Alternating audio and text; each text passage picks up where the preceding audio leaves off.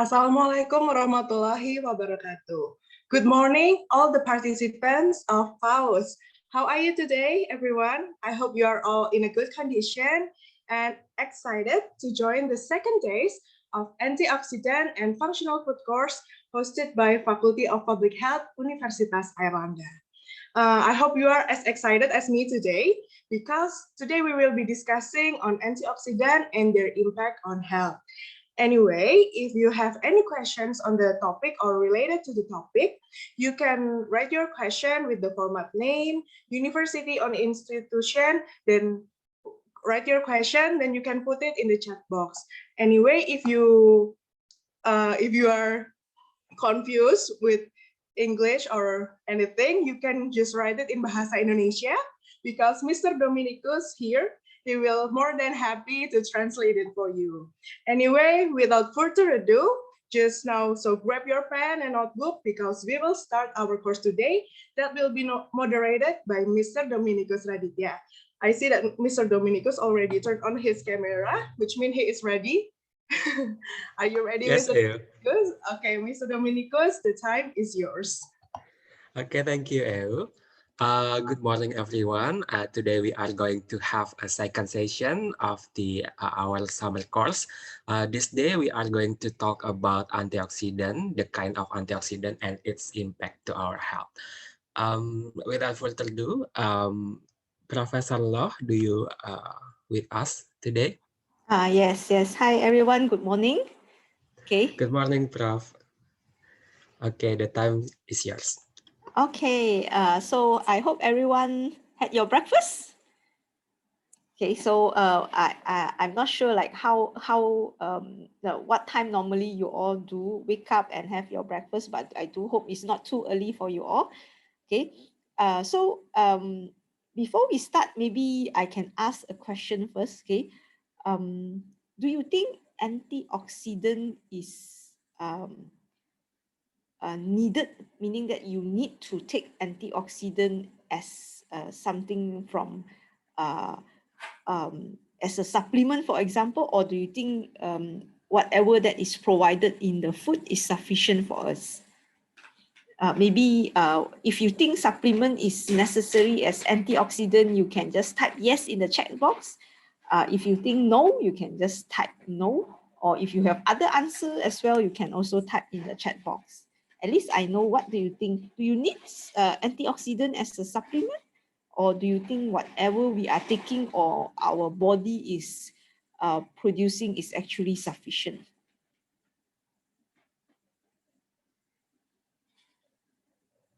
Okay, some will say is sufficient from the food. No, okay.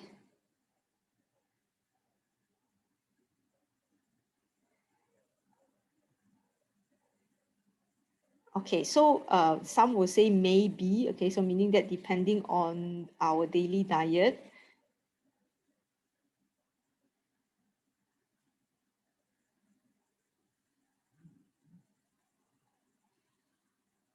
The others? Yes, okay.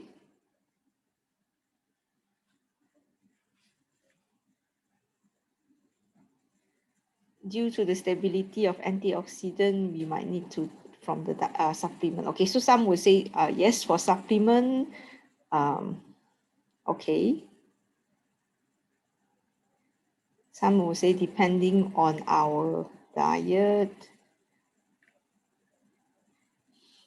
Okay, so basically some will think that yes, we might need to take from supplement, and also will depend on a diet, and some will say, okay, no, we completely do not need to take any of the supplement. Okay, so today we are going to look at some of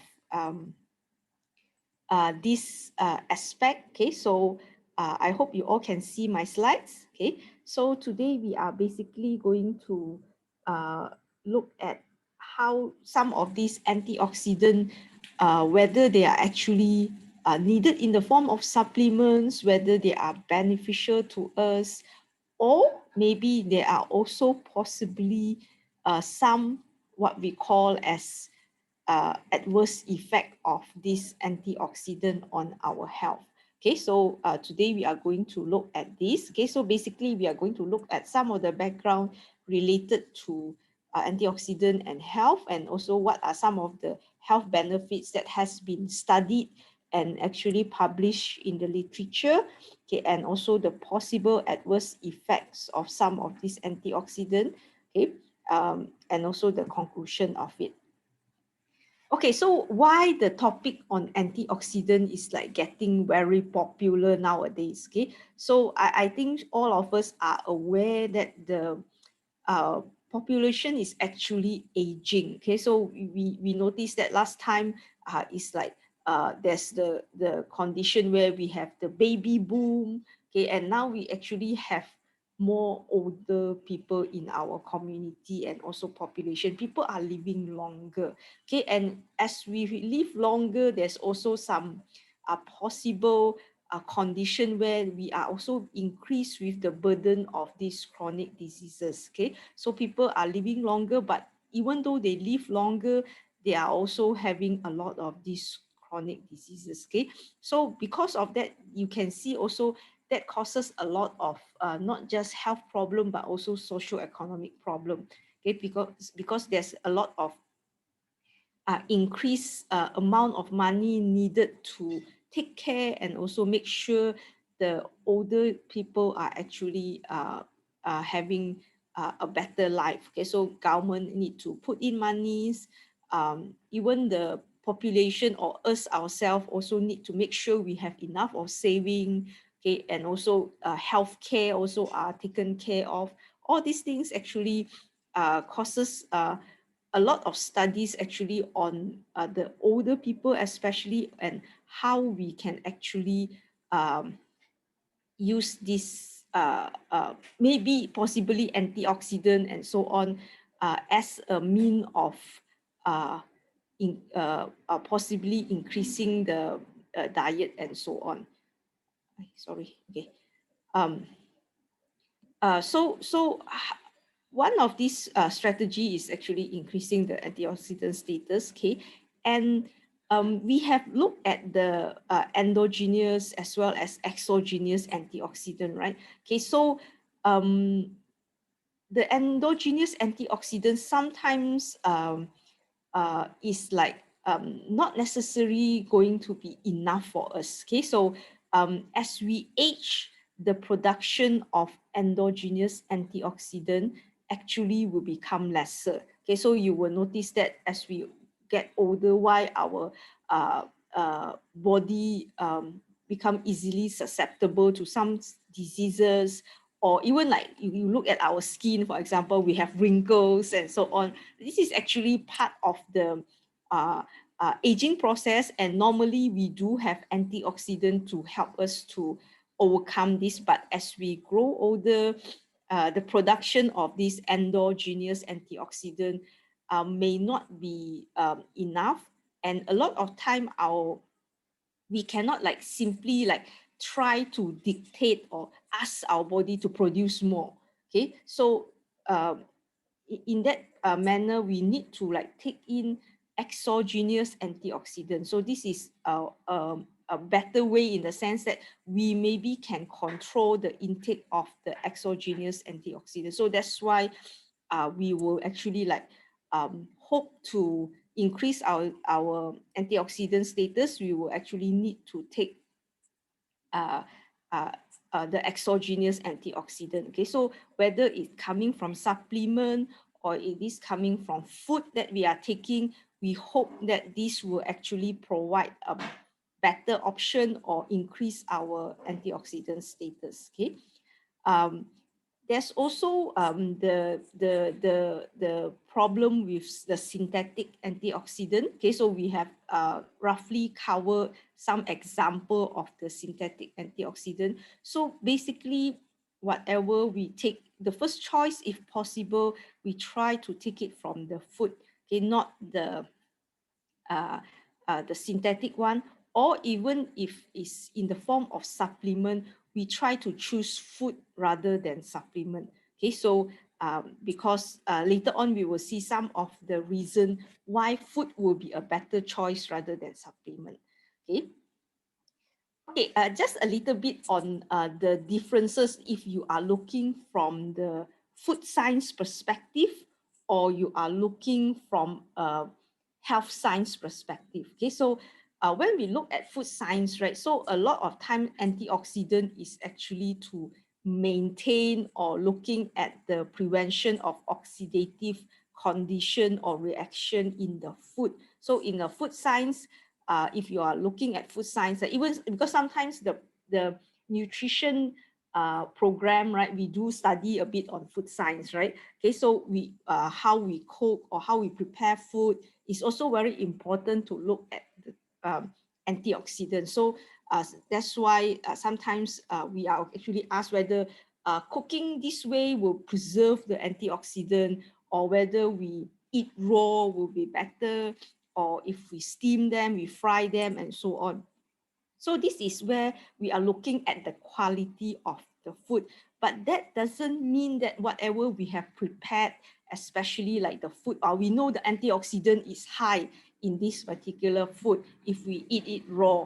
Okay, but when we look at the biomedical side, or the health sciences part, we know that sometimes this antioxidant found in the food does not actually equals to what we see happening in the body. So you might be saying, oh, I've been eating a lot of antioxidant food, but how come I don't see the benefit of it? Or you might say that I've been eating supplement, especially. I do have a friend who actually eat a lot of supplement. You name it in the market, he will have eaten all the supplement. Okay, not just antioxidant, any type of supplement in the market. Okay, so some people is a believer of supplement. Okay, so but when you look at some of the health benefit, right, does not actually you don't see the effect of it. So meaning that if you take the antioxidant supplement, for example, or those kind of food maybe that is high in antioxidant, you might actually not necessarily see the benefit as you expected. So meaning that you expect your antioxidants to be high, but you might not actually see this kind of effect. Okay, so this is where you will see why a lot of these antioxidant supplement that have been promoted, right, have not able to show the effect. Okay, so if you look at studies, especially looking at very specific antioxidant supplement, right, a lot of the result is not very convincing. Okay, so let's say you have taken out some of the antioxidant out from the food, for example, and you market it as a supplement like a pill or some sort of emulsion and so on. If you look at this kind of very specific antioxidant supplement study, right, you notice that the result is not 100% positive. Okay, so not necessary if you use especially single antioxidant is actually beneficial for our health. Okay, so you don't see the effect, ended up you would be wasting a lot of money just to get this kind of supplement, but ended up is not increasing your health or antioxidant status. Okay. Okay, one some of the reason that you will see why this happened, okay? Very importantly is the condition what we call as bioavailability, okay? So antioxidant bioavailability is normally not very good, okay? So if you have done bioavailability study before, okay, you notice that you consume certain amount, how much of it is going to be absorbed and circulated in our body, you will notice that antioxidant is not something that is easily absorbed and circulate in the body. Okay, so the problem with bioavailability do happen with antioxidant. Okay, so you find that, or that's one of the reason, or you notice that you consume this antioxidant as this form. Okay, but when it's absorbed into our body, it would be metabolized and they will change their form. So at the end, it might not actually become the same as the one that you consume. So that is the digestion process, the metabolism process that actually happen when we eat some food, right? Okay, so that can also alter the structure as well as the function of some of these antioxidants.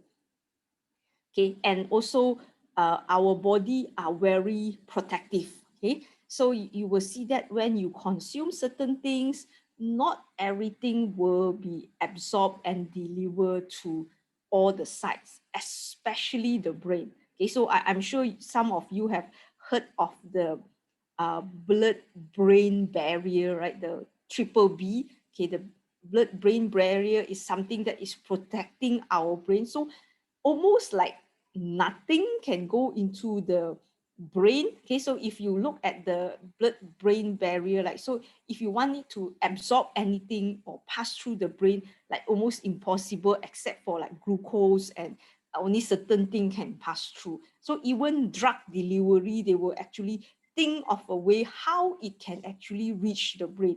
So that's why you can see like treatment for brain condition is very difficult, because this blood-brain barrier is there. Okay, so like you want to treat Alzheimer or Parkinson, for example, it's always something that we will say very difficult because of that blood-brain barrier. So the same thing with antioxidant, you will notice that it's not something that is like easily travel all over your plate, all over your body. So especially if you want to target it at certain organ, okay, maybe it's very difficult.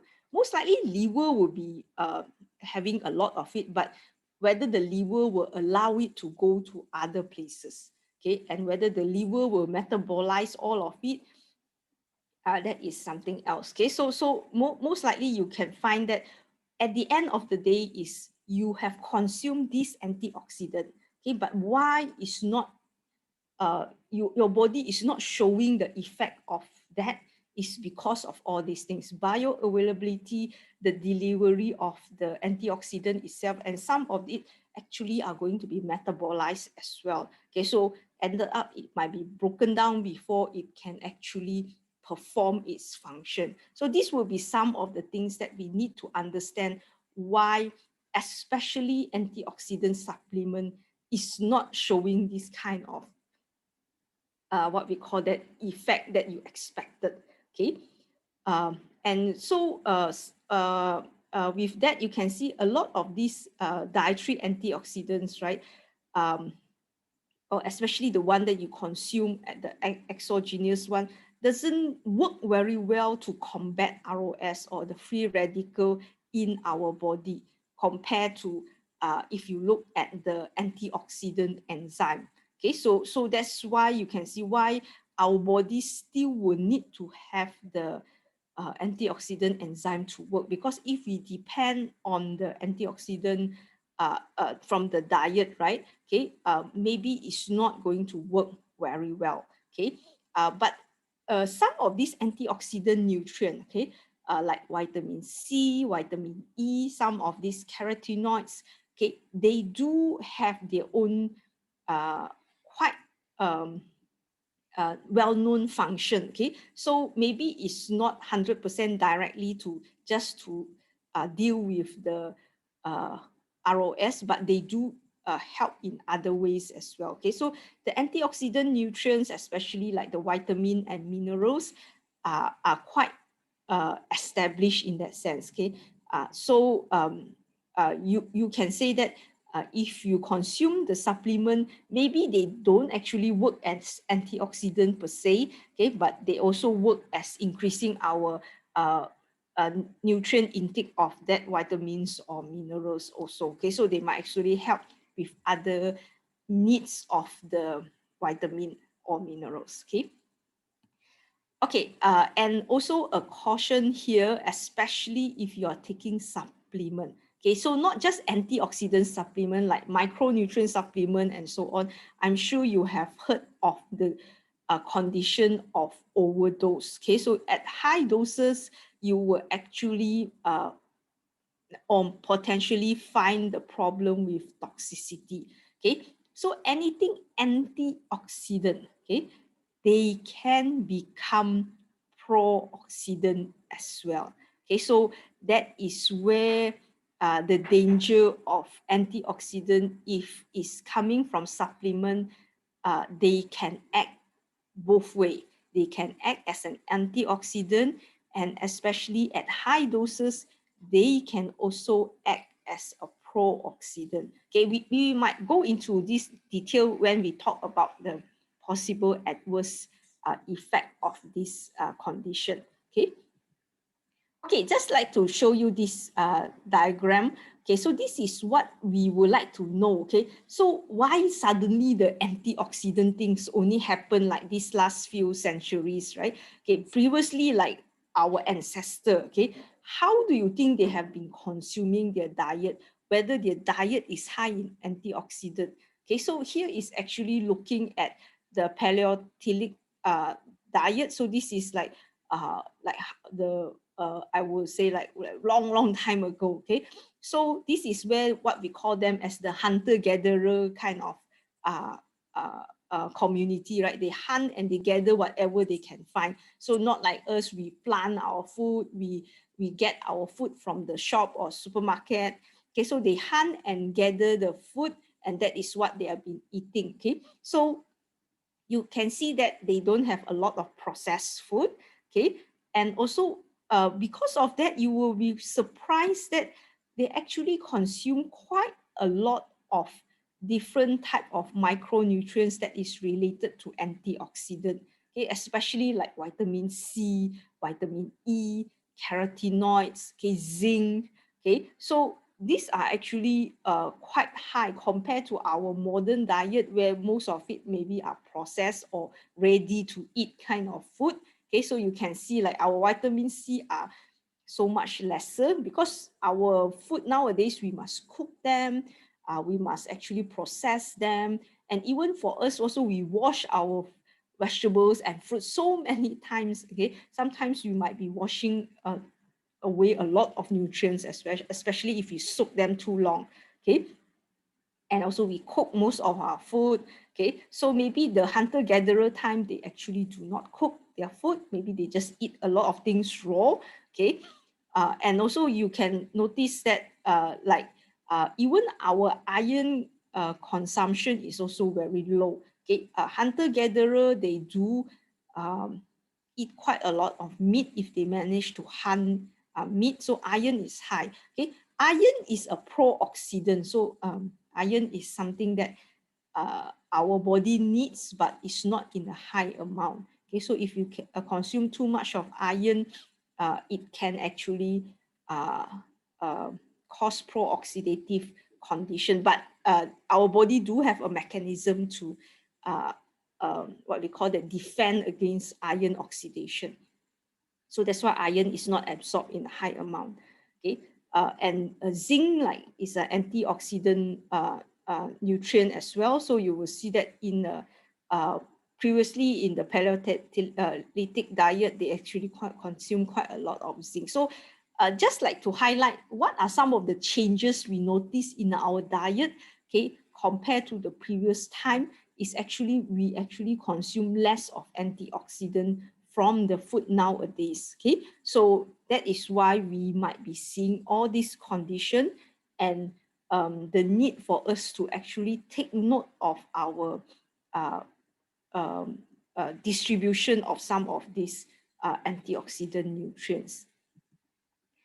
Okay, and plant especially is something that has been highlighted quite a lot. So you will see that when we talk about antioxidant, we cannot run away from highlighting vegetables and fruits. Okay, and a lot of studies, if you notice, if they compare, if you are taking vegetarian diet compared to like us, omnivorous kind of diet, eat meat as well as vegetables, vegetarian actually have what we call that better health condition. Okay, but nowadays there's also some studies that shows not necessarily, it depends on what kind of diet that the vegetarian has been eating, because if they have been taking a lot of like carbohydrate, less of fruits and vegetables in the vegetarian diet, especially I know that some vegetarian, they eat a lot of high gluten kind of product, because they indirectly use the gluten or the flour to make certain things, right? So they make like what we call that mock chicken, mock fish.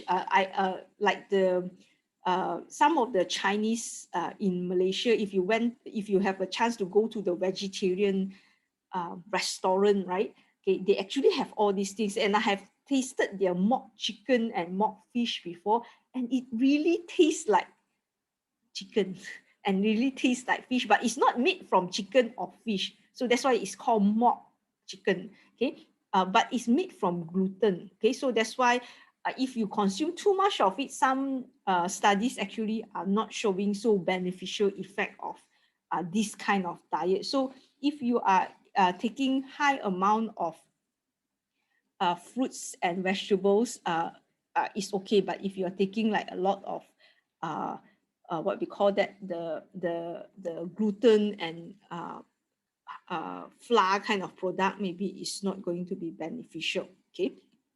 And also some of the studies actually showing like vitamin C actually are good for reducing mortality, heart disease, stroke, type 2 diabetes, and dementia, okay? And also some of other studies, if you are taking high diet that is high in plant-based kind of diet, is also able to increase your antioxidant status, okay? Better glycemic control, lower inflammation, and also less oxidative stress, okay? So these are some of the things that we know, but we do not know the mechanism behind all these things, okay? So the thing with fruits and vegetables, right? You are not eating single nutrient.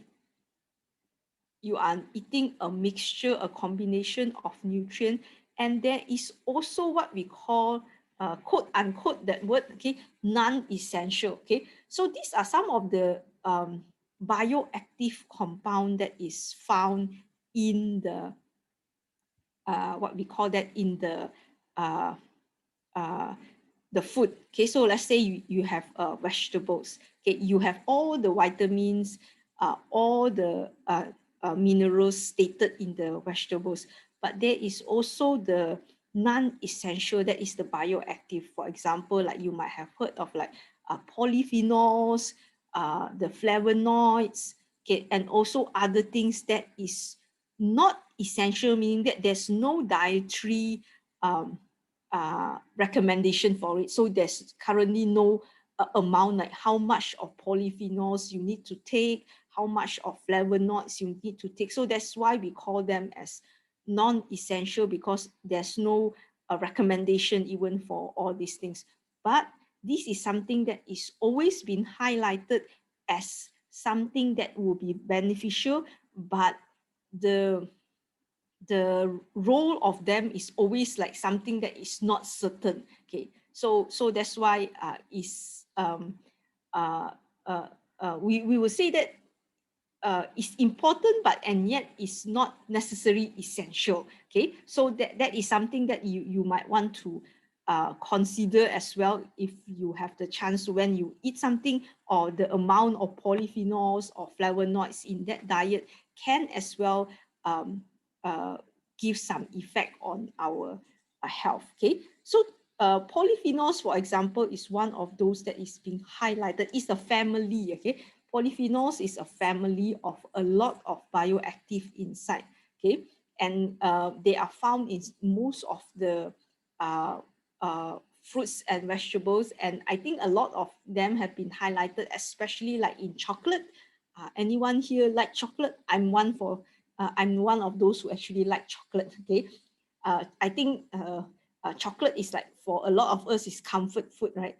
Chocolate is high in polyphenols, okay.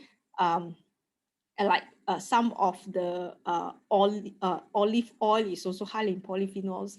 Those that is dark in color kind of fruits and vegetables, okay, even like red wine, for example, is also been highlighted to have a lot of polyphenols. Okay, so these are some of the things that if you look at literature, polyphenols have been like studied so many times. Okay, and a lot of these results are showing the positive beneficial effect of polyphenols. Okay, however, you still don't see them as something that is essential. So meaning that there's no recommendation how much you should take and so on. Okay, even in coffee, okay, there's a lot of highlight about coffee recently. Okay, I just saw one, I don't know, it's just a video or somebody mentioned in the something like YouTube or something like that, okay, saying that coffee is beneficial for COVID-19.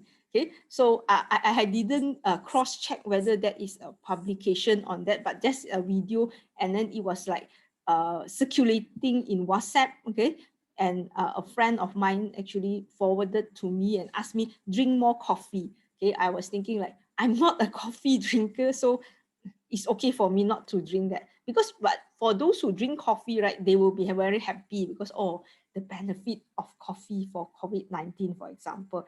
Okay, but I didn't listen to it very detailed, so I didn't hear why is it actually beneficial for COVID-19. Okay, but they say at least 2 cups a day. Okay, that is the recommendation. But I'm sure coffee has been debated to be either good or bad. I think some of you might have heard of the debate on coffee. I will not deal on that, okay? Okay, so here the beneficial effect of some of these plants, especially vegetables and fruits, is very difficult to pinpoint, okay? Okay, one is that some of these nutrients, especially the antioxidant nutrients, is not actually very high. Okay, so then you might be asking why there's actually beneficial effect. Okay, so here you can see that the effect of these nutrients and non-nutrients, the non-essential one, especially the bioactive, is not very high, but they do exist in a group, okay, or not just a single bioactive, but it's actually a group of nutrients, okay, and because of that, maybe there's actually synergistic effect, meaning that each one of them actually help each other.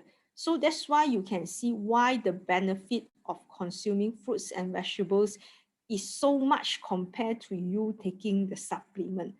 Okay, and all this synergistic effect or the contribution of each of these nutrient and non-nutrient is something that normally we will want to highlight as the benefit of consuming fruits and vegetables, which we cannot get from taking individual supplement. Okay, so that is something that studies are showing. Just take the fruits and vegetables from the food rather than take supplement, because the supplement you cannot mimic or what we call that, get the effect same as the fruits and vegetables that you are eating. So if you want to compare supplement and the whole food, you might actually don't see this kind of effect. Okay, that's why studies are showing that, because you cannot get a supplement, for example, that have all this concentration at the right amount, okay, so that the synergistic effect will not actually be seen. Okay, so that is something that the researchers and scientists have always believed in, eating fruits and vegetables as food, not as a supplement. Okay, now we will go into like a specific health benefit of this antioxidant. So we will see that, for example, I just take an example from polyphenols, for example. This is a very famous antioxidant. Okay, so what is their contribution, for example, cancer, diabetes, and so on? Okay, so we will see all these things later on. Okay, so you will see the contribution of some of these antioxidants on this condition. Okay, we will start off with CVD or cardioprotective effect. Okay, so this is one of the main what we call that studies that have come out when you look at antioxidants and health condition, right? Okay, cardioprotective effect, especially coming from polyphenols, is a lot. Okay, so this is like one of the pioneer studies. Okay, so you will find that the polyphenols, when they started to be highlighted, is a lot of it actually is linked to cardiovascular condition or cardioprotective effect. Okay, so that's where they actually have mentioned that if you can actually consume polyphenols, is going to reduce or limit your chances of getting coronary heart disease. Okay, so the polyphenols or antioxidants in this condition is actually working as inhibiting the LDL oxidation. So you still remember yesterday we have a way to measure one of the antioxidant assessment actually is to inhibit the LDL oxidation, right? So this is where you can see these polyphenols or this specific antioxidant can actually inhibit LDL, and LDL in our body is something that is not good, okay? Because if the LDL is oxidized, it's actually going to cause the development of atherosclerosis, okay, or the plaque formation. Okay, so we want to reduce our body to make a lot of LDLs that is going to be oxidized. So this is where polyphenols can actually inhibit this oxidation of LDL. Okay, so beside that, you can see also they actually are antioxidant that also can help in the formation of free radical. Okay, so beside LDL oxidation, free radical that is generated in our body can also start to destroy the tissue, especially around the blood vessel. Okay, so we do not want that to happen, because if the tissue are destroyed, especially around the blood vessel, it will cause scarring, right? So when there's scarring, also plaque will start to form there. So meaning that the elasticity of some of these blood vessels or even our heart will be affected. So you do not want that to happen. So antioxidant is needed to protect all these things. Anti-platelet, okay, so you do not want to have blood clot, okay, anti-inflammatory effect as well, okay. So this is also improving the endothelial function, okay. So the tissue, especially the endothelial tissue, will be actually well elastic and able to stretch as much as possible. Okay, so this will be some of the key mechanism how polyphenols as antioxidant can actually help as cardioprotective effect. Okay, as well as the last one, you can see that the stabilization of atheroma plaque. Okay, so when the plaque actually form, right, if you do not stabilize it, it will continue to form, meaning that it will continue to build up and build up and build up. So you will see a lot of plaque ended up, your whole blood vessel will be blocked, right? Okay, so if you have polyphenols in the early stage of the atheroma plaque, right, so they will actually stop the plaque from continue building up. Okay, so this is something that is very important, even though maybe halfway already the plaque have been formed. Okay, but if you have polyphenols, it will stop it. Okay, so you will not continue having it until your whole blood vessel is actually blocked. Okay, so very famous example of polyphenols that is linked to cardioprotective effect, and these have been studied quite a lot. quercetin, right, is something that you can find in onion. I just quote a famous example, but it's not just in onion, but quite a lot of other fruits and vegetables also. Okay, catechin, for example, like from tea, right? Okay, so I think a lot of us drink various type of tea, whether it's black tea, red tea, green tea. I think the most famous one would be green tea. Okay, resveratrol. Okay, so this is something that come from the red wine. Okay, but now they actually are selling supplement of it. Okay, so because this particular compound have been shown to be beneficial, especially to prolong life. Okay, so a lot of people who don't want to die early, I have read quite a lot on these kind of studies actually that take specifically this compound, okay, to study like people who take this compound actually do live longer. Okay, so because I know that not every community or due to religious thing you can take red wine, right? Okay, so and also some will not be able to withstand the alcohol. Like for me, I cannot take red wine because when I drink alcohol, my whole face will be red, and I start to become very dizzy. So my alcohol limit is very small. Okay, so for me also it's not possible to take red wine. Okay, so so this will be some of the example of the antioxidants, especially coming from polyphenols, that actually have been studied and show this kind of cardioprotective effect on the the use of antioxidant.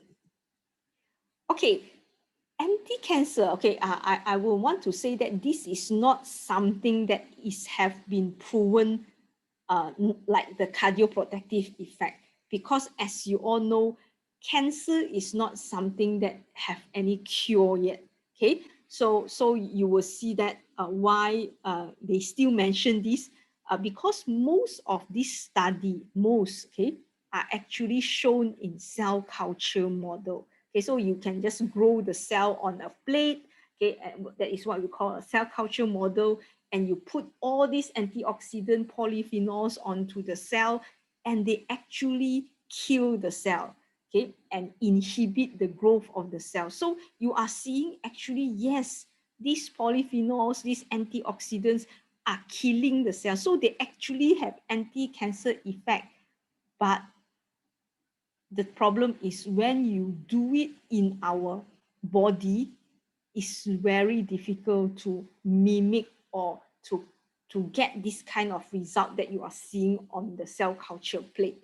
Okay, so that is something that is always a debate, but people are actually a lot of people actually consume antioxidant due to this kind of studies as well, meaning that for them, as long as there's some evidence, even very small evidence of anti-cancer, people are actually taking in all these things. So that's why you can see why a lot of this kind of product can be marketed, because if you have any relative friends who actually have cancer, right? A lot of them actually indirectly to say that it's already like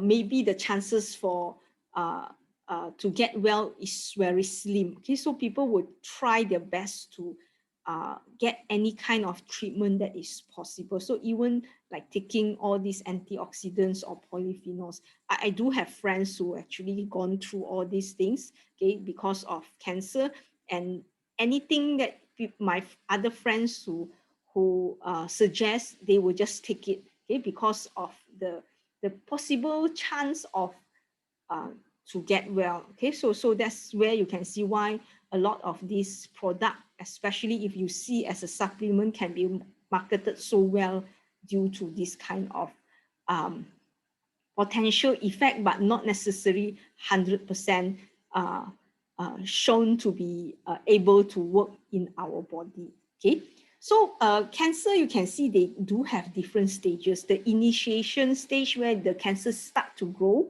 okay? So this is sometimes you want to target whether the antioxidant can target the initiation stage, the promotion stage where they start to grow more, okay? Or the progression where they actually spread to other parts of the organ, okay? So that is where you can see different antioxidants, sometimes they can target at different stage.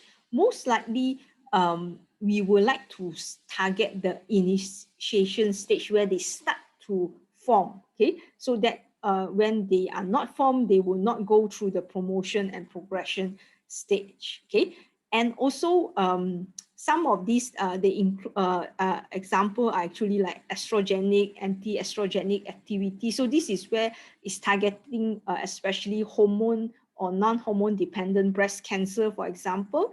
Okay, some of these target the promotion of it, the anti-proliferation, okay, or they actually will cause the cell cycle arrest or kill the cell. So if you can stop the cell cycle or apoptosis, right, you are actually causing the cancer to die on its own. So this is a very good way of killing the cancer cell. If you have the chance to run cancer cell on the plate and you have done anti-cancer work in vitro before, a lot of time we want to cause apoptosis. So meaning that you want the cell to die on its own, like self-killing like that. Okay, something like the cell become suicide, that they kill themselves just because of the presence of this antioxidant. Okay. And also like prevention of oxidation, the effect of the detoxification enzyme, okay, and also some of these actually increase our immune system as well as anti-inflammatory activity that can actually change some of the cell signaling. Okay, so a lot of these models are in the cell culture, and some of it actually have been done in the animal model, especially rats. Okay, so they actually have shown the positive and beneficial effect of some of these polyphenols in animal. Okay, but the thing is that so far I think banyak sekali kegunaan. there's no studies that actually have been done to confirm all these things in human. Okay, I think a lot of time because this is not drug. Okay, so to study this is like ethical reason, especially if you want to do it among cancer patient, for example, is like almost impossible because of ethical condition. Okay, but these are some of the potential mechanism, okay, as well as the model that they use is mostly cell culture, as well as some of it will be using animal, but very seldom we see human studies actually being conducted. Okay, so I just like to share this article with you that they actually have since whether antioxidant supplement as adjuvant therapy, meaning that as a side therapy for cancer treatment. So this is not the main therapy. So meaning that that is not the main treatment that is actually being used, but it's just a side or supplement therapy that is being used. Okay, so here, as you know, when a cancer patient is diagnosed, sometimes they need to go through like radiation or chemotherapy, right? Okay, so sometimes you can see that chemotherapy and radiotherapy do have their own possible side effect. Okay, so this is where they actually are looking at whether if the patient are going through radiotherapy, chemotherapy, and they are supplemented with antioxidant supplement, whether the effect of this chemotherapy or radiotherapy is better. Okay, so here is actually a systematic review. Okay, but here they actually concluded, if you look at the last line, okay, that the harm caused by antioxidant supplementation remains unclear. Okay, so the problem is I'm not sure whether you have any friends or family members actually gone through chemotherapy, for example. My mother actually went through chemotherapy last 2 years, and when the doctor actually mentioned to us, going through chemotherapy, you must stop all antioxidant supplement. Because before that, the doctor did ask like whether my mother is taking any antioxidant kind of or any kind of supplement. So my dad is like those kind of thing. Oh, we try everything. Okay, so if you say this is good, he will actually give it to my mother. So I think that time he was actually doing, you know, something like, if I'm not mistaken, asparagus kind of you blend it and give it to the which he read it somewhere that is actually good for cancer. Or during that time, another round was like, you know, sour soap. I don't know what do you call that in sour soap. Okay, so they say the leaf of the sour soap, if you boil it and drink it as water, is actually good for cancer. Okay, so he also did that for my mother that time. Okay, but when the doctor hear all these things, and when during the chemotherapy round, he asked my father stop doing all these things, because antioxidant actually will cause harm to the chemotherapy session. Okay, because the doctor explained to my father is that chemotherapy is to kill off everything, right? So when there's a presence of antioxidant, it will stop the work of the chemotherapy. Okay, so meaning that it will lessen the effect of the chemo, and the chemo might actually not kill the cancer cell, because you are giving the antioxidant, right? So the antioxidant is fighting with the chemo drug.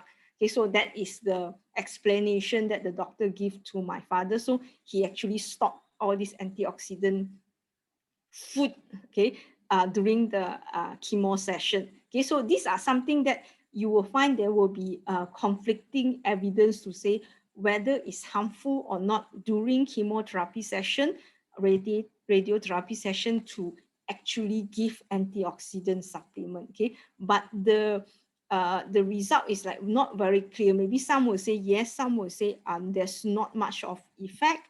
Okay, but the effect is mostly on smoker. Okay, so here you can see the highlight on smoker here. Okay, somehow for smoker, right, the effect is always slightly different.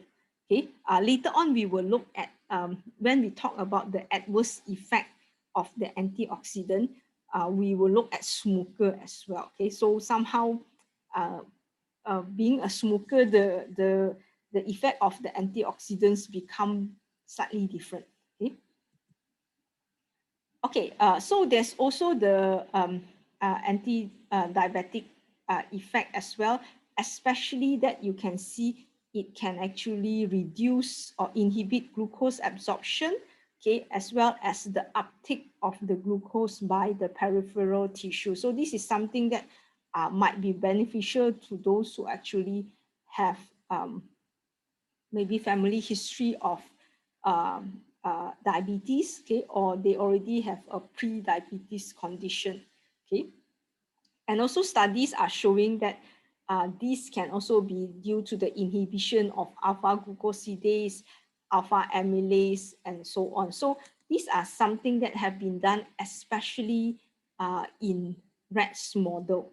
Okay, so you will see a lot of these polyphenols are being used, especially in animal studies, and they are showing this positive kind of benefit. Okay, but in human, I don't see so much of this kind of studies. Okay, but they do have some studies using whole fruits or vegetables. Okay, so they were studied, but so the effect might not be solely due to polyphenols alone. Okay, maybe also due to the presence of fiber and other things. So it's a mixture of a lot of things inside the vegetables, for example, so the effect might actually not be just due to the polyphenols.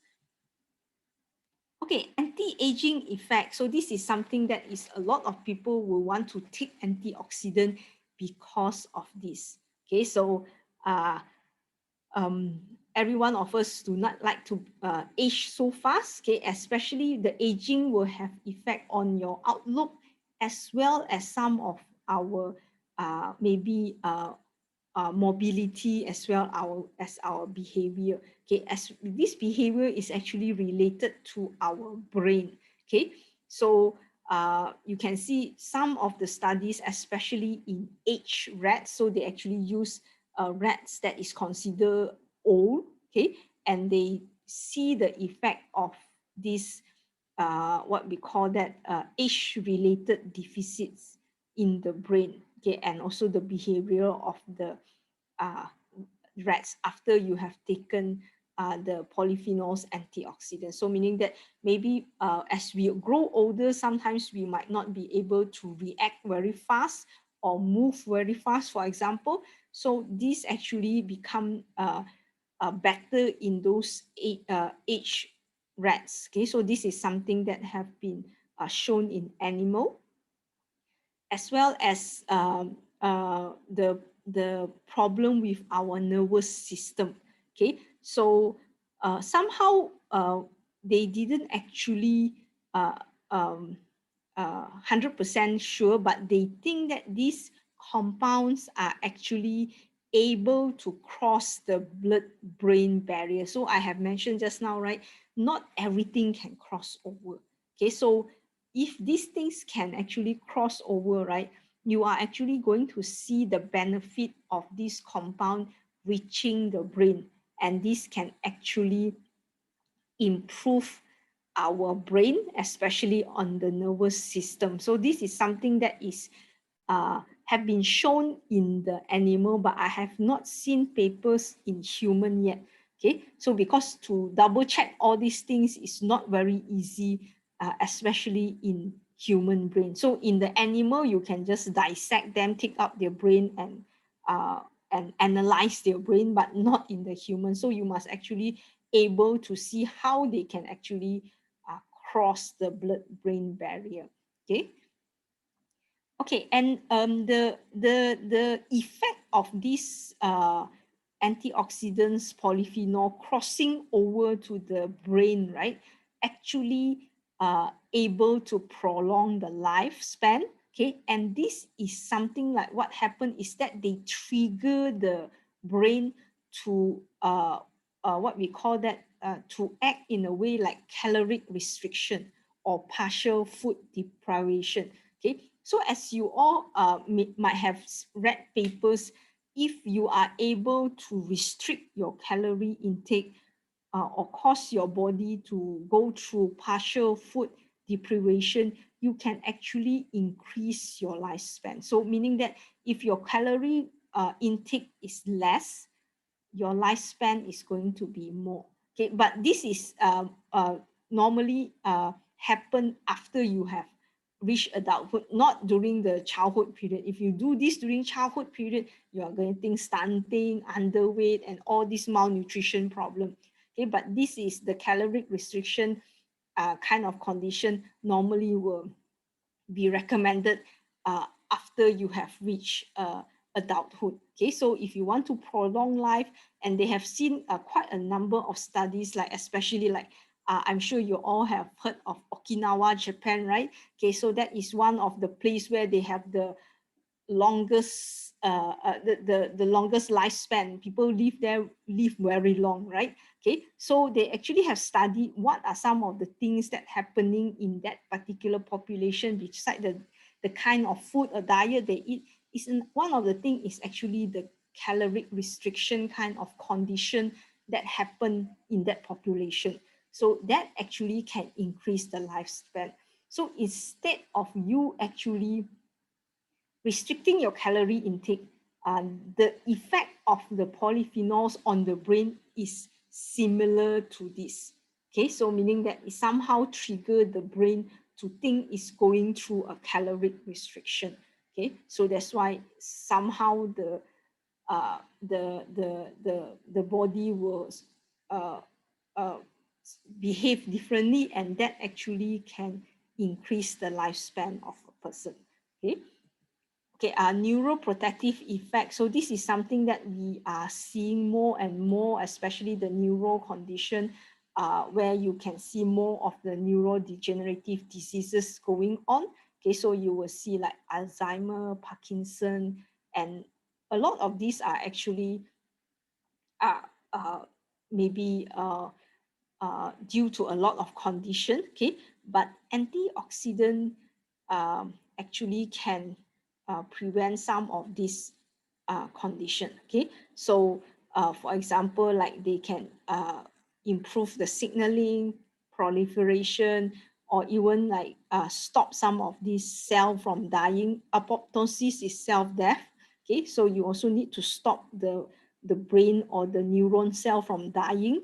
Okay, so this will be some of the condition that the antioxidant can actually do. Okay, and also beside that, also they can prevent some of these metal from having like free radical formation. Okay, and also helping the expression of antioxidant and detoxifying enzyme in the brain. So meaning that the brain is actually protected by antioxidant and some of these antioxidant enzyme. Okay, so this will be some of the protective effect, neuroprotective effect of antioxidant. Okay, now we go into the immune boosting and anti-inflammatory. So this is something that we might want to or be very interested in because of COVID-19, right? So a lot of people say, oh, how we can boost our immune system, how we can reduce inflammation during this time. Okay, so a lot of these antioxidant actually can what we call that neutralize the free radicals, as well as some of them actually can enhance the antioxidant enzyme. Okay, so the antioxidant can work both ways. They can straight away target the free radical, or they can actually increase our endogenous antioxidant. Okay, so these are examples of antioxidants that have been linked or to like immune boosting or anti-inflammatory, like zinc, vitamin C. Curcumin, for example, I come from a lot from the family of kunyit. Anything this that is the family of kunyit, I'm sure you all, we use a lot of it in our cooking, right? Okay, so curcumin is actually good for all this as well.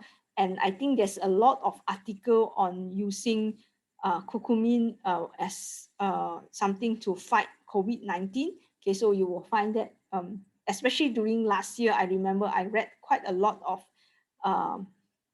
publication on curcumin especially.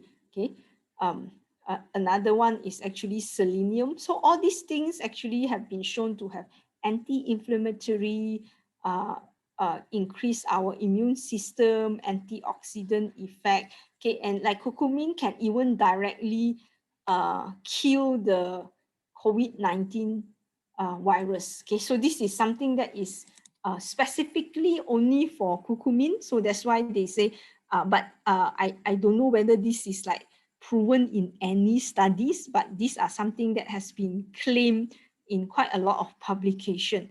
Okay, so so sometimes people do take all these things, especially in order to fight COVID-19. Okay, and here are actually a list of registered clinical trials for COVID-19. So you can see that these are some of the studies that use like zinc, vitamin D, vitamin C, curcumin, probiotics, quercetin. So most of these are actually antioxidant, maybe exception of vitamin D and probiotics. Okay, so most of these are antioxidant nutrients. Okay, so you can see why they actually use this and how which country they actually run some of these studies. So some of them like in Turkey, Egypt, US, the European countries, okay, Middle Eastern country, okay, so you will find that a lot of studies for COVID-19, right, they actually have done this, but the result might not be out yet, but these are some of the things that actually have been registered as part of a clinical trial for COVID-19.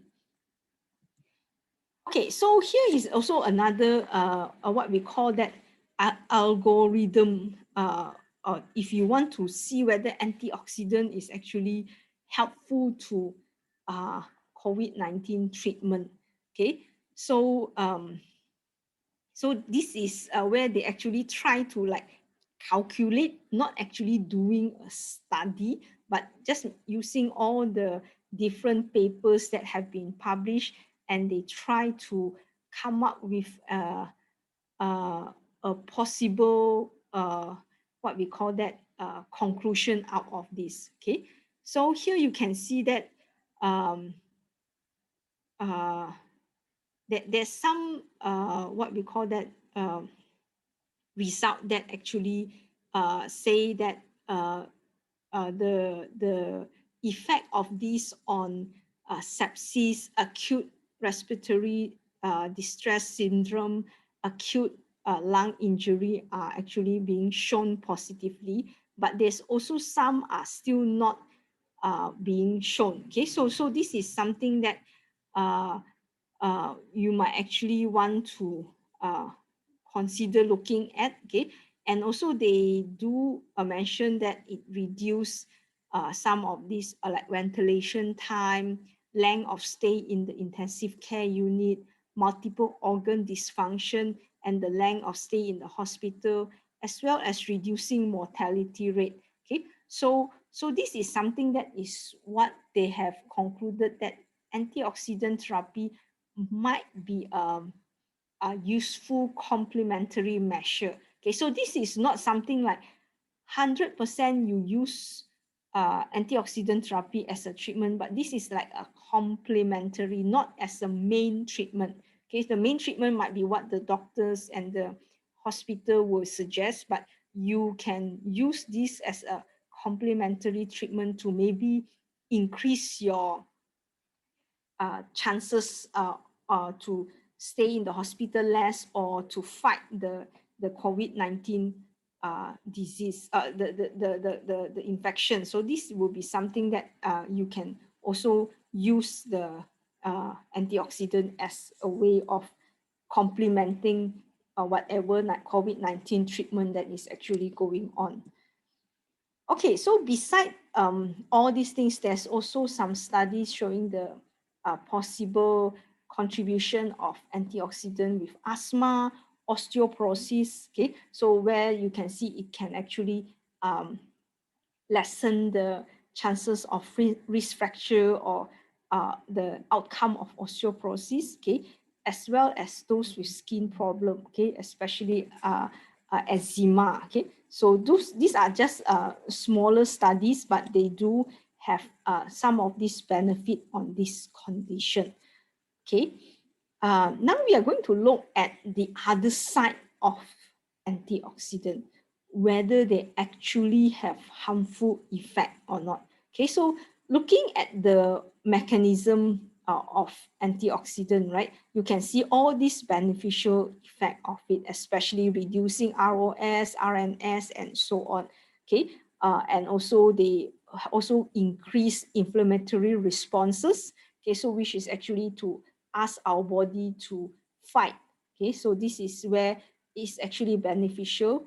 Okay, but in the same time, you also can see antioxidant is potential to become or to cause pro-oxidation condition. Okay, so they when they are actually taken in high amount, especially, you will see the condition where the ROS, the RNS actually will be increased, and also the inflammatory responses will actually cause inflammation itself, okay, not anti-inflammation.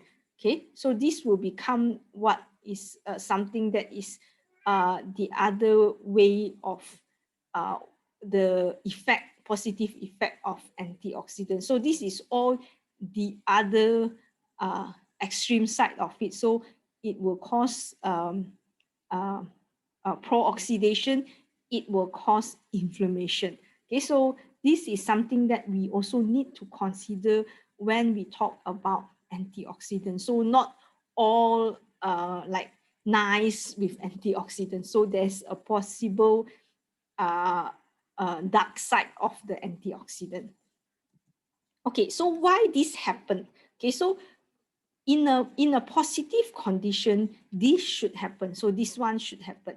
So this middle part should actually happen. So you will see that the antioxidant will actually stop the formation of the free radical, and they will become something that of a non-radical product. So they will stop when they stop the free radical. Okay, but in a case where after they stop the free radical, they themselves become a radical. Okay, so they will become pro-oxidant. So this is something that will continue on, and they will cause free radical to continue to form because they themselves have become the free radical as well. Okay, so this is something that will happen in the case where the antioxidants will not stop after they stop the free radical. So this will be the case when you actually consume too much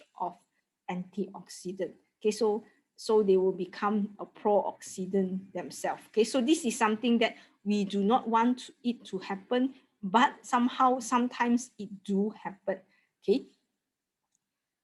Okay, so just like to highlight these two different studies. Okay, so one of it is we have looked at BHA and BHT, right? The synthetic antioxidant that is actually being used quite a lot. Okay, so here we notice that there's actually potential carcinogenic as well as toxicity. Okay, so that is something that you will see that how come these are two antioxidants, okay, but they actually produce this kind of effect. Okay, then maybe some will say, oh, because they are chemically synthesized or something like that, maybe, okay, that they actually have this kind of effect. Okay, but also need to take note of this second one. This is actually a landmark kind of study, okay, where all of the researchers are caught by surprise with this study. This is actually a study of various arms. Okay, I think they have like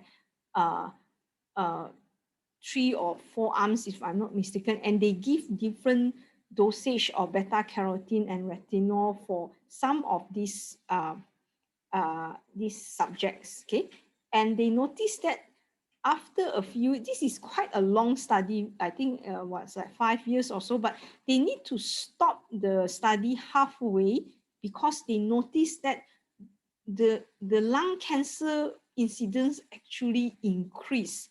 So there was like, what happened to our study suddenly? Why there's an increase in lung cancer, especially among smokers? So so this is actually a main study is actually among smokers, and after that they do have another study on asbestos worker. Okay, so this is where something that you will notice, not necessarily all antioxidants are beneficial, especially among smokers or people who have something in their lung, like maybe asbestos worker, where maybe inside their lung there's already a lot of asbestos. Okay, so this is something that actually increases their lung cancer incidence. Okay, so this is the what we call that the landmark publication on the increased risk of lung cancer. So this is something that actually you can read through. It's a very interesting study. Okay, so become something that we only realize that not all antioxidants work the same way. Okay, meaning that you might think antioxidant is good, but in certain population, especially for smoker or people might be having lung condition, these kind of things might not be actually beneficial. Okay, especially looking at beta carotene. Okay, so beta carotene smoker doesn't work very well. Okay, so these are something that you will be surprised why beta carotene can trigger the formation of lung cancer, especially among smoker. Okay, so there will be maybe some mechanism or something that we are not aware of, but actually is happening inside the body. Okay, so that's where you will see that not necessarily all antioxidant is actually beneficial in that sense. Okay. Okay, so I like to conclude here with especially a few points that we have gone through. Okay, we know that antioxidant is kind of beneficial, especially coming from food or diet. Okay, but we must actually be careful that we are not promoting antioxidant supplements, especially if they are pure antioxidants. Okay, so meaning that like single antioxidants. Because the thing with antioxidants, we are not very sure how they actually work. Okay, so maybe in a plant-based diet where you consume fruits and vegetables, they might be actually a combination of different antioxidants. Okay? And also, there's also some interaction which we do not know, maybe is a synergetic interaction and so on. So we will actually expect those to able to work together to increase the effect of the antioxidant. Okay, and some of these actually we have not what we call that 100% sure how they actually work. So that's why we still do not have like recommendation for some of these. Okay, but we do know that they actually work as bioactive. But maybe in the future you will start to see some recommendation for some of these polyphenols and carotenoids. Okay, so I think some countries are working on this, especially like in the US. If you have looked at the USDA databases, right? They actually are trying to even include polyphenols and carotenoids content. Okay, so maybe next time you might actually see the recommendation for some of this. Okay, and a lot of time also we see that there's a problem with how the antioxidant actually is being absorbed or metabolized or used by the body. So that's why a lot of time we are not sure why we know that there's a high amount of antioxidant in the food, in the supplement, but that does not translate to what is coming in the body. Okay, so we will say, oh, we have consumed a lot of it, but when we check our antioxidant status, for example, we might not actually see a very high amount of antioxidant in our body. Okay, and you can see also some of the body characteristic, right? We will actually restrict some of it as a protection because, you know, too much of antioxidant can become pro-oxidant. Okay, so that's where you can see our body do have a mechanism sometimes to restrict some of these antioxidant. Okay, and also maybe in our body we do not need so much of high amount of it. Okay, so we also need to regulate with other things. Okay, so maybe our body do have a way of saying that yes, it's enough already, so we do not need so much of it. And also we also need to have a mixture of all these things, so we don't just see taking in one antioxidant nutrient or antioxidant supplement, but we need all of it together. So this is why taking diet as a whole, like vegetables and fruits together, will be more beneficial for our health at the end of it. Okay, I think that is the last slide. Okay, thank you, everyone. Okay, thank you so much, Prof Loh, atas pemaparannya. We have several questions in the chat box. The first one is coming from Ibu Dina from Universitas Indonesia. Since you mentioned that it's debatable whether antioxidants, especially polyphenol, can mimic the same result observed in the lab, is there any robust evidence of the side effect on consuming abundant amount of antioxidant in the long term? If yes, how much is abundant and how long is called as long term? Thank you.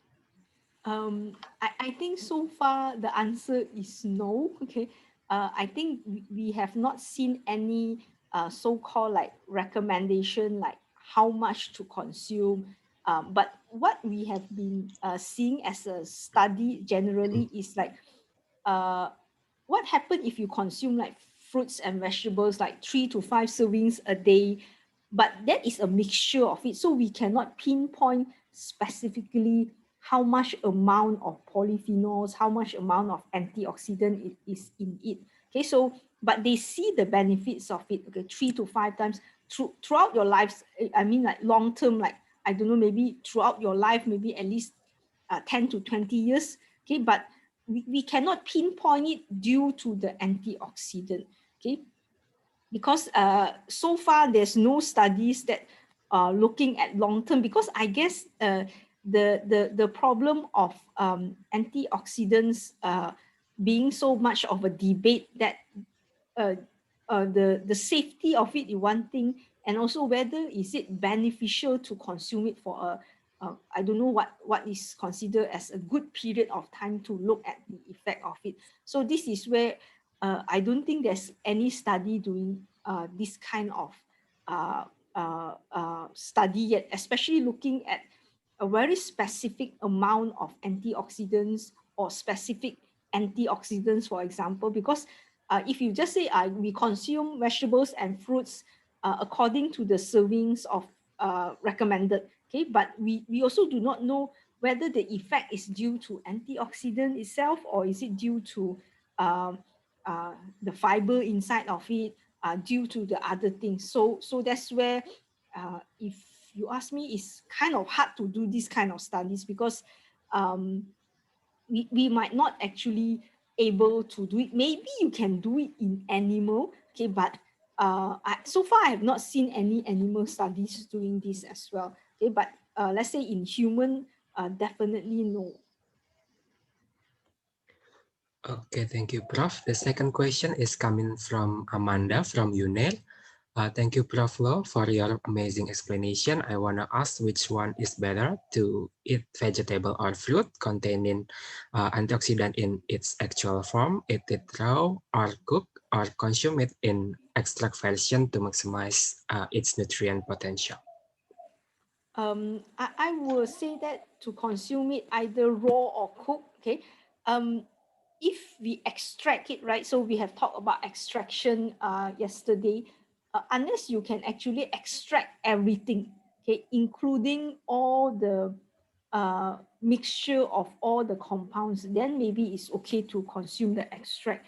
Okay, but if you can't, maybe you are just extracting this part of the antioxidant, then you might left out the other part. So you might actually not get the benefit of the synergistic effect of everything. Okay, so you might actually miss out maybe certain bioactive that you did not manage to extract out. Okay, so I will rather, if possible, to eat it in the form of raw and cook. But I understand why people want the extract, because it's like just consuming a pill or tablets or just a spoon of the extract rather than eat the whole fruits or vegetables. Some people would say, well, eating a lot, right? The fruits and vegetables, then only you can get that kind of benefit. But I think every one of us enjoy eating, right? So just don't eat because you want the antioxidant. Eat also part of the enjoyment of eating. I think that will be better. Okay. The third question is coming from Ibu Evi from Universitas Indonesia. Related to the plant as source of antioxidants, sometimes in a food source, besides its contents with antioxidant, it may also contain anti-nutrient content. How about the interaction of the antioxidant and anti-nutrient component in our body, and how can we balance our dietary intake to fulfill our dietary needs? For example, tannin as the one of polyphenol compound, however, it also has anti-nutrient component which inhibit the iron absorption in our body. Thank you for that question. Yes, anti-nutrient is something that has been highlighted quite a lot. So beside tannin, you have what we call that phytate, you have oxalate, and most of these are coming from especially vegetables, right? Okay, so I think for me the key is moderation. Okay, so we don't like purposely eat a lot of certain things until it will cause some of these problems, because I understand that, for example, like not all vegetables or fruits actually contain all these anti-nutrients. So that's why you must eat all these things in moderation. Okay, and also sometimes, for example, like phytate or oxalate, when you cook it, it can actually reduce some of these anti-nutrient as well. Okay, so somehow cooking as well as eating a variety of food, different kind of vegetables and fruits, is actually able to what we call that balance this thing up. So if you just consider like one type of vegetables, maybe you will get a lot of tannin and less of the other nutrient. But let's say we balance it out with other kind of vegetables or fruits, we were actually able to reduce some of this anti-nutrient and also balance the intake of it. And like, for example, like tannin do inhibit iron absorption. Yes, so in order to increase our iron absorption, maybe we need to like make sure when we eat our food, what food that is high in iron, we try to eat it together with like especially heme iron, we eat it with like more vitamin C. Don't take it together with milk and so on. So we can also do some of these adjustment as well. But I think the easiest way is actually eat a variety of food and eat everything in moderation. So I think we can balance up everything. Okay, next question is coming from Tania from UNEL. I want to ask you that previously you mentioned that antioxidant can harm if it consumed in high dose. Are there any upper level for antioxidant intake, or we can refer to upper limit level for vitamin intake? Yeah, for antioxidants, right, currently we don't have any recommendation of the intake at all. So there's no minimum intake, there's no maximum intake, and so on. Okay, because the level is like depending on which antioxidant and also the different mechanism that they participate in. So I think there's currently no level at all. We can come up with like the value of the antioxidant, but there's no value like how much you should take in and what are the upper level. Okay, so if you want to look at the upper limit, right, yes, you can just use the vitamin one, because the vitamin one will be the limit for toxicity in our body. So I would suggest we go for the upper limit for vitamin intake or the mineral intake if there's any for the mineral antioxidant as well. Okay, next question is coming from Ibu Septa from UNEL. She want to ask how many polyphenols are needed in a day so that it can be taking role as cardioprotective. I think this will actually depend on where the source of polyphenols come from. Okay, so for example, like let's say these polyphenols come from red wine, so maybe they will suggest like 1 or 2 glasses a day will be protective, for example. Okay, so but it depends on what is the source of the polyphenol, because maybe the source coming from red wine, like the resveratrol, is like this much. Okay, but let's say if you are taking from chocolate, I don't think you are asked to eat like how many bars of chocolate in order to get the cardioprotective, right? So there will be difference because due to the amount of the polyphenols from the food source itself. Okay, so you will need to look at it whether it's coming from this food source or not. Okay, and I think there's quite a lot of studies, like for example, like green tea. Okay, so how many cups of green tea have been shown to have this kind of cardioprotective effect. So not the number of polyphenols, but where the polyphenols come from. Okay, so maybe there are also some studies I've shown in coffee, but coffee is always debatable because there will be some that actually say coffee is bad for our health. Some will say coffee is good for you. So I will see how you balance these things. Okay, maybe not just from one single source, maybe a mixture of sources that you actually can get this kind of cardioprotectives. But you might need to look at the different literature to actually see what is the amount that from that food sources that they have studied that actually able to give the cardioprotective effect. Okay, next question is coming from Ibu Alfadila from UNEL. I want to ask, is there any relationship between antioxidant and mental health, like with depression or another problem in mental health? If yes, is there any specific kind of antioxidant affect the mental health problems? Actually, I've seen studies that mentioning about antioxidant and mental health. Okay, but because I didn't read the paper in detail, but yes, I actually have seen it. So, but however, I cannot answer like whether there's a specific antioxidant that actually able to help. But I think just like I share about the neuroprotective effect, I think polyphenols is actually good antioxidant. Okay, so but to be very specifically whether all kind of mental health will be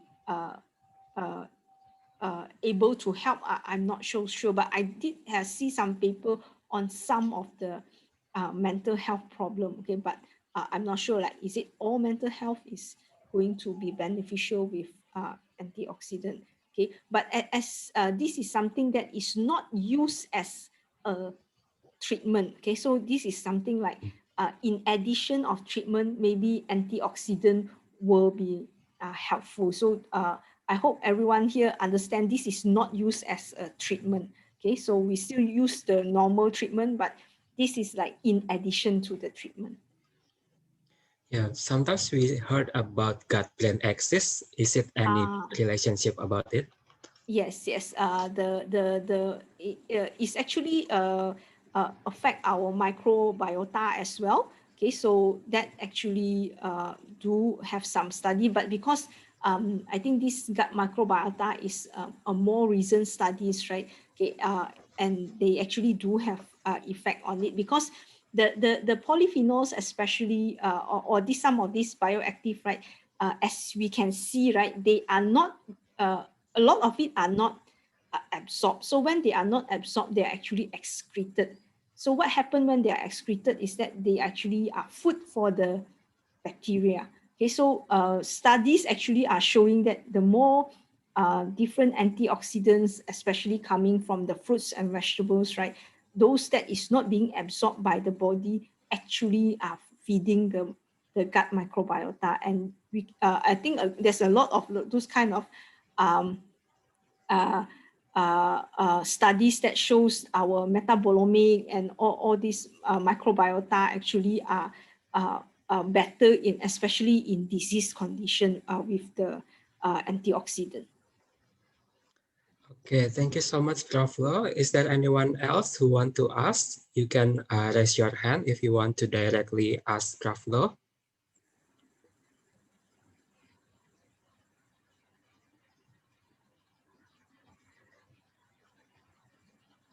No one? Okay, if there is no one who want to ask more, I want to ask Prof Loh maybe about the closing statement that you may give to end this session. Maybe. Okay, so I hope everyone are able to understand that antioxidant might be beneficial for our health, but there is also the other side of antioxidant that potentially can increase or it is risky for our health as well. Okay, so the thing is that antioxidant might not be the sole thing that you will need to like, especially for disease condition.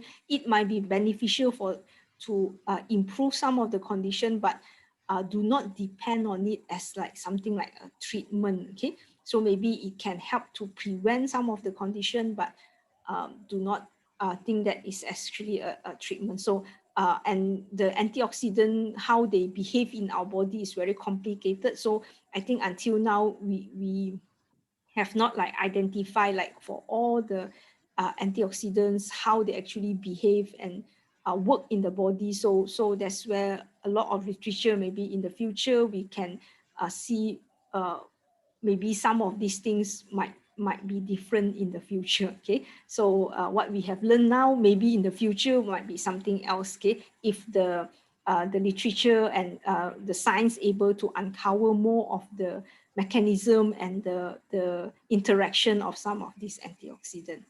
Okay, thank you. Okay, thank you so much, Prof Loh. It is a very insightful moment.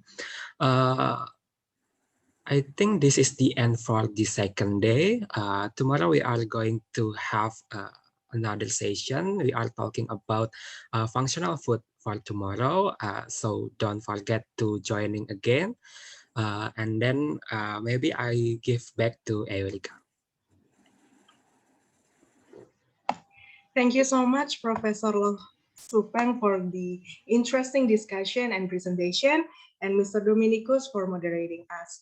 Ladies and gentlemen, we have finally come to the end of our second course. And just like what Mr. Dominicus has mentioned before, that in the two first courses, we have been discussing on antioxidant, but for tomorrow, we will be starting discussing on functional food. Therefore, our topic for tomorrow will be functional food for health, and the course will be started at 7:30 Western Indonesia time, or setengah 8 waktu Indonesia Barat. Therefore, I encourage all the participants to be on time because you do not want to miss the topic.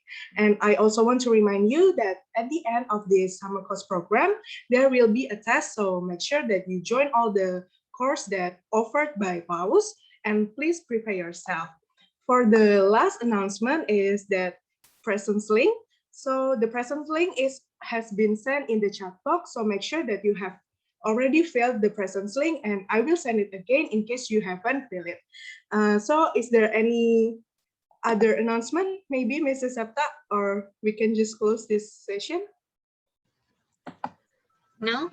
Okay, so I think that's all for today. Thank you so much, Professor Loh Peng, for your presentation and discussion, and for all the participants, thank you for participating in the summer course and attending our second course. We will see you tomorrow on our third course with the topic Functional Food for Health at 7:30 Western Indonesia time.